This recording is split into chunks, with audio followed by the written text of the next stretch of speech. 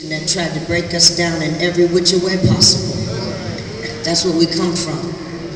But now we live in a time where we accept what has been regurgitated back to us as a lie, that we are simple-minded and ignorant, and we are not. So I just wanted to start off by saying that I am an artist, and God gave me a couple of gifts to use in speaking my mind on this planet. The first gift he gave me was of dance, and I danced with the Alvin Ailey Company for many years. I can act. Some of y'all know I can act a fool when I need to also. I can sing a little bit. I've been on Broadway, in Greece, in The Wiz, in Chicago. And now I'm living in Atlanta, and I've directed some plays, and I've acted in some plays, and they've been some powerful experiences for me as an artist. And I've had the joy and sometimes the fear of speaking in a lot of churches in Atlanta to try to get folk to come to these plays. Now, these are classic African-American plays like The Colored Museum or Miss Evers' Boys or For Colored Girls or Brogology, which was a new play that we did. Most recently, I starred in a production of Fool for Love, which is a Sam Shepard play. But these are plays that we have to keep alive. We have to keep our art alive, and we have to keep the monies flowing into these companies that are trying to do these plays. And so when I speak in the church, I always know this is an honor to have me in front of you, that we are all here to praise God in one voice, and I do not want in any way to disrespect that honor, so I'm letting you know that the reason I am here today is because a collaboration was done, and kind of done behind my back. Curtis King, who runs the Black Academy of Arts and Letters in Dallas, Texas, is a friend of mine.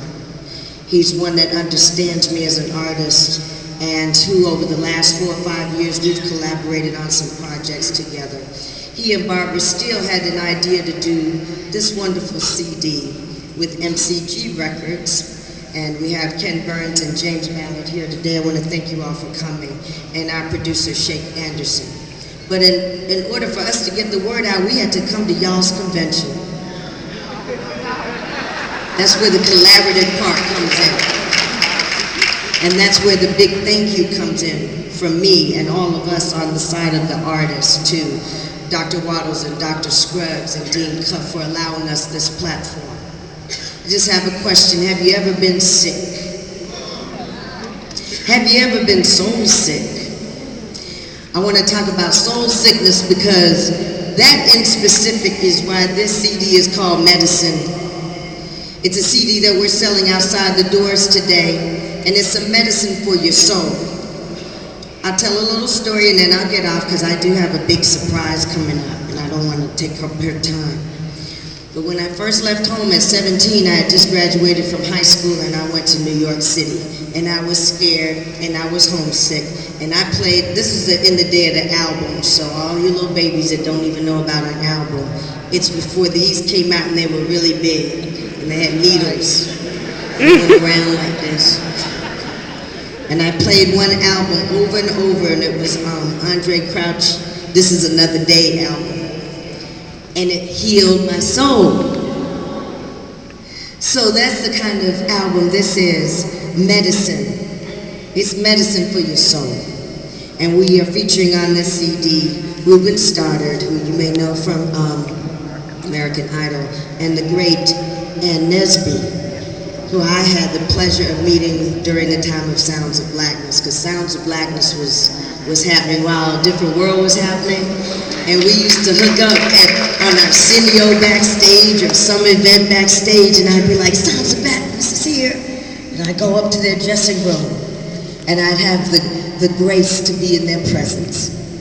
She's going to sing one of the songs from, oh, what did I do on the album? Why, I'm not singing on the album, don't worry. I did a spoken word piece called My Language. And my language is all about us and what we come from. And it celebrates some of the history that I was trying to talk about in the early part, and why it's important that we continue to pass on our history.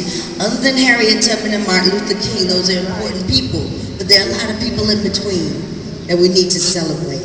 And that's what the piece that I do on Medicine is about. So I'd like to bring up now Ann Nesby with the song from the album, What Would You Have Me Do?